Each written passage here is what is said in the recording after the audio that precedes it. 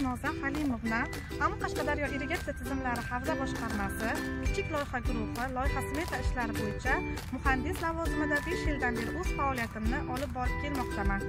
Hozirgi kunda prezidentimiz tomonidan ham ta'lim sohasida, ham ish jarayonlarida juda ham ko'p imkoniyatlar yaratib berilmoqda. Shu imkoniyatlardan foydalangan holda 2023-yil gidravlika va muhandislik gidrologiyasi yo'nalishida magistraturani tamomlab, 2024-yilda gidravlika va muhandislik gidrologiyasi yo'nalishi bo'yicha tayanch doktoranturaga qabul qilindim. Gruntli kanallarning transport qilish imkoniyatini inobatga olgan holda hisobini takomillashtirish mavzusida o'z ilmiy tadqiqotlarimni olib bormoqdaman. Ilmiy tadqiqotlarimning mavzusi, maqsadi gruntli kanallarning transport imkoniyatini hisobga olgan holda samaradorligini oshirish va transport quvvatini yaxshilash uchun hisobini yanada takomillashtirishdan iborat hisoblanadi.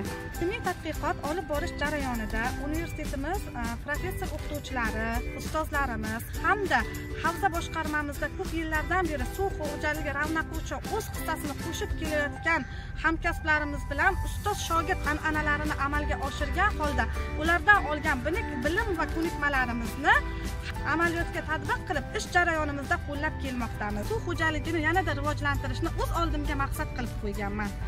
Bizga shuncha imkoniyatlar yaratib bergan avvalambor prezidentimizga, suv xo'jaligi vazirimizga, tashkilot rahbarimizga hamda universitetimiz professor o'qituvchilari, ustozlarimizga men va menga o'xshagan yosh olimalar nomidan o'z minnatdorchiligimizni bildirib qolaman.